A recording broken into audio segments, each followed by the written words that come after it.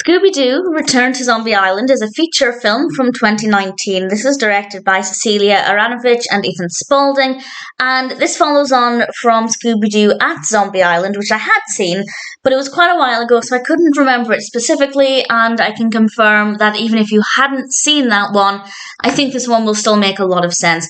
Scooby and the gang go to this island, and there are apparently zombies there, but there is more to it than that. It's not just a story about zombies, and I'll say no more than that about the specifics because I found with this one, it was really surprising. It definitely took a direction that I hadn't expected, which I thought made it quite interesting. It's a well-constructed narrative, the pacing is really great, it packs a lot into a really short space of time. And we also have some really great characters, obviously the main characters and some great supporting characters as well. But all of that being said, I didn't find it to be the most entertaining. And I think for me it's because it's maybe not as dark and gritty as some of the other Scooby-Doo cartoons. I prefer the ones that are in a much kind of darker, more spooky environment. But that being said, within the context of the narrative, everything works really well. And I don't actually have any complaints about the story or indeed where it went.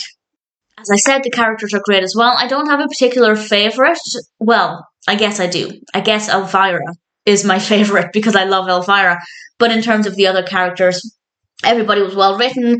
The voice acting across the board was very good. Of course, we have the usuals like Frank Welker and Grey Griffin, a really strong voice cast, and of course, Cassandra Peterson as Elvira. And the animation quality is really good as well. No complaints about the animation. So it ticks every box. It might not be my favourite Scooby-Doo film, but I enjoyed it well enough. As I said, you don't necessarily need to have seen the previous film, the Zombie Island one, to be able to follow this. I haven't seen it in a while, and also I have to remember bits of it. I couldn't remember a lot of it, and I didn't feel like I had gaps in my knowledge. I felt like everything was easy to follow. I wasn't relying on things. It does explain the previous film in a little bit of detail, and that's just something that's worth bearing in mind if you don't want any information about the previous film.